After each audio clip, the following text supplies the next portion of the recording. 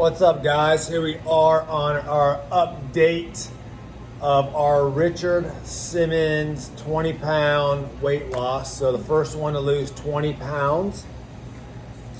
The other person has to dress up as Richard Simmons and serve smoothies all day long. And so we're here to give you an update on where we are at and what we are doing. So far you're down how much? I'm down a little over 12 pounds. I started at 280.8. Now I'm down at 267.2. So I'm very proud of myself in doing that. And again, it's all due to just the mindset. It's doing the right things. And I am down a whopping 4 pounds. Yes! Which is fine because we've talked about this in the past, that your inches and the way you feel is just as important as the weight that comes off. And so we're obviously two different shapes, right? Two different ages, two different walks in life right now. And I'm hitting the weights a lot more than he is. He's doing a lot more cardio. He's losing more weight. I'm losing more inches, or he's losing tons of inches too. Yeah. Fitting his shirts that hasn't fit into. I'm really proud of him. And same here, right? So clothes are just feeling better and whatnot.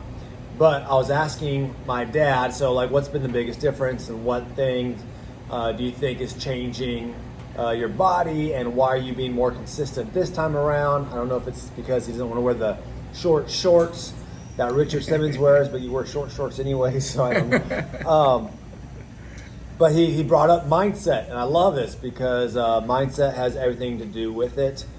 Change your mindset, change your life is one of the favorite quotes. I was sharing with him a devotional I read today. It was Romans 12:2, and talks about transforming of your mind, and just makes you think, right? We always try to change our actions. We try to change everything. We beat ourselves up when our actions don't change, when we overeat, or when we can't stay with our nutrition plan. We're beating ourselves up because of our actions, when maybe we can change that and start looking at our mindset and the way we think and how we perceive different things.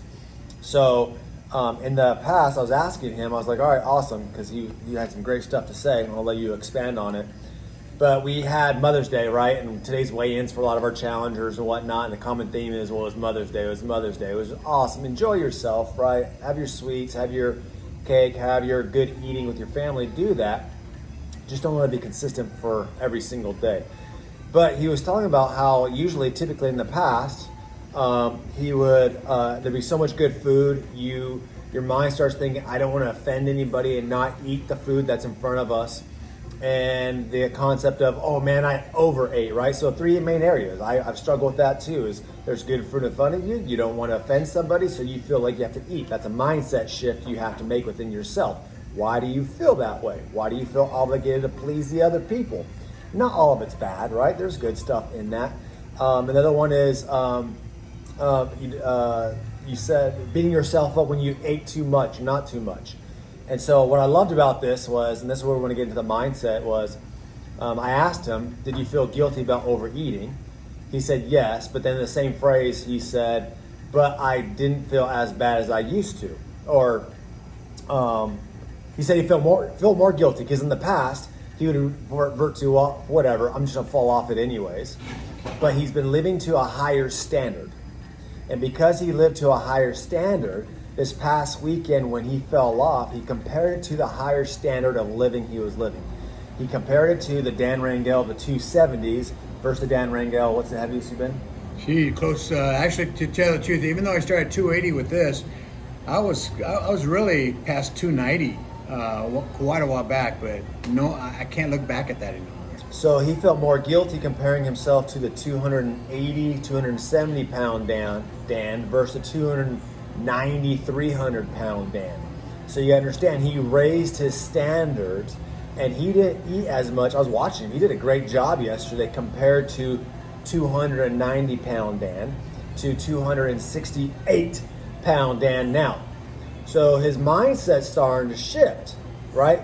In the past, it's okay. He raises his standards, lives to a higher standard. His actions begin to change because of that, because of his mind shift. Watch my language. Mind shift, right?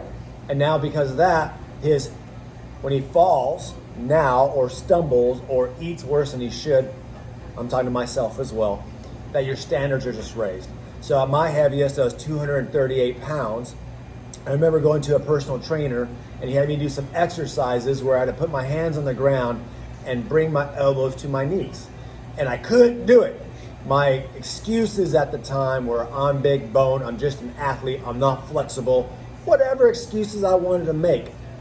Today, my standards are higher because now I've been consistent for 7.5 years, and so your standards are compared to something else. So as you start the action and the mindset shift in all this, you got to be careful on who you're comparing yourself to or setting your standards with. There's two flaws in it.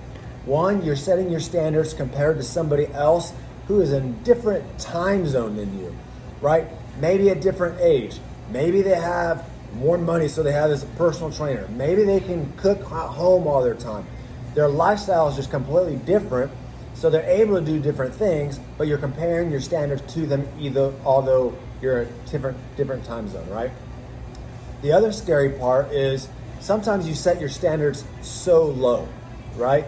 I'm not as bad as that person. And again, that person's living over here, not to the standards that you're called or capable of doing.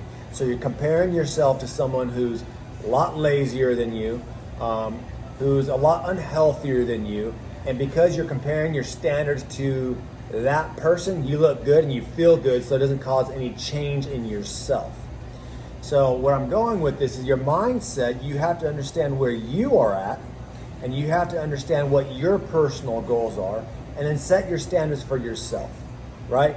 Don't compare yourself to other people and their journeys and what they're going through, because it's just not going to be reality for you. We're all created differently. We all have a different purpose. And we all have different goals. So true, so true. A lot of things too that I want to bring out something that was actually brought by a famous trainer way back. He used to be on television, Jack LaLanne. And I used to. How far back? Jack LaLanne, that was far back. I used to work in one of his gyms. 40s? Back then, but he brought out a myth. He says, the older you get, and I bring this up because I'm 66 years old. He goes, the older you get, the tougher it is to lose weight. He said, that's a myth. If you have a goal, if you change your mindset, anything is possible. If you really have those goals, and I've had, the difference of me now that I had before, I didn't have any goals. I love singing and things like that. But then I started looking at myself. When you start valuing yourself, you go, wow, I want to live longer. I see my grandkids. I want to be able to see them get married, be there for that. I want to be able to wear clothes that I haven't been able to wear in a long time. And now my shirts are so loose. I love it. Not only that, one of the biggest goals this last week was getting that Herbalife shirt from the Galaxy. And they never had my size. Now I can fit into them. So I bought one. I got it Friday. I was so proud wearing that thing. But it was because the mindset now. Back then it was easy to eat. It was easy to give up because I didn't have any goals. Now I have goals. And that's what made me feel guilty yesterday is eating with, on Mother's Day. Great food. It was awesome. We all do it. But I felt guilty because I said, wait a minute.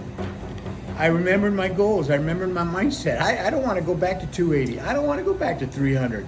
I'm feeling great right now. I don't want a tight shirt any longer. I'm able to wear shorts, which I'd never worn before because I was embarrassed. I was fat. I was heavy, And but the main thing is my main goals. He brought out a scripture. My number one goal is I want to look good for God, and then a lot of it is I'm doing it for myself.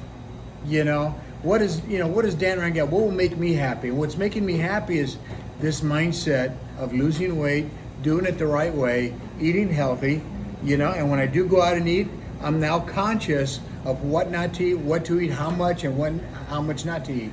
So having that has really put together a whole structure in my life. And, when your wife and your kids start going, Dad, you're losing weight, or yesterday one of my grandkids goes, hey, Poppy, you're losing your stomach.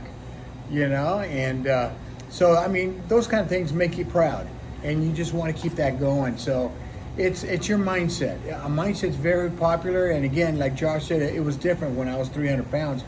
Now I have a fighting, and I call it a fighting mindset, because the temptation was there to eat more pie yesterday. The temptation was there to eat more appetizers with chips, but I fought it off, and I said, no, I can't do that. So the point was, great job and awesome story, by the way. And so continue raising your standards. As you get better and you start thinking differently, don't fall back to the old habits. Raise your standards, get better, set new goals, raise your standards again, change your action, right? Don't beat yourself over your current actions when the main focus needs to be transforming your mind. Hey, you guys have a great day soon. He'll be wearing the Richard Simmons outfit and we'll be getting after it. You guys have one. Yeah.